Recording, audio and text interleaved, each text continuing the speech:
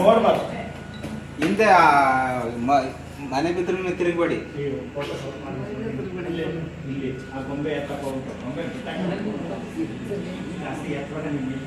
Ready sir? ತಲೆ ಸುಬ್ಬೆ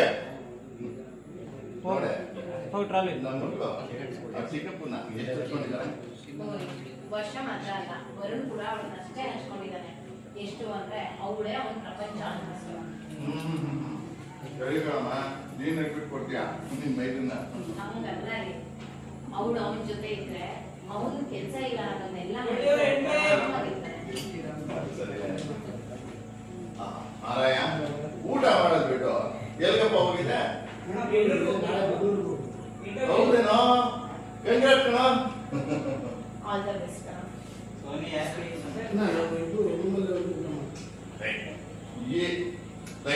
ತಲೆ ಸುಬ್ಬೆ ಯಾವಾಗ್ಲೂ ಇವ್ರಿಬ್ರು ಹಿಂಗೆ ಆಗ್ಬೇಕು.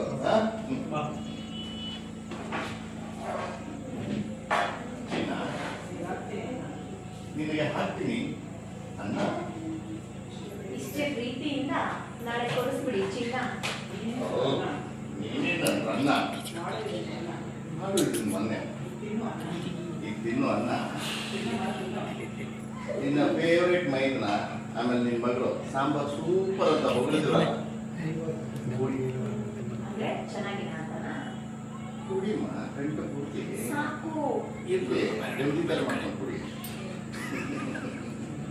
ನಿಮ್ಮ ನಿಜವಾಗ್ಲೂ ಸಾಂಬಾರ್ ತುಂಬಾ ಚೆನ್ನಾಗಿದೆ. ಸುಮ್ಮನೆ ನಿಮಗೆ ನೀವು ಉಪ್ಪು ಹಾಕ್ಲಿಲ್ಲ ಅಂದ್ರೂ ತೊಂದರೆ ಇಲ್ಲ, ಲೇಟ್ ಮಾಡ್ಕೊಂಡು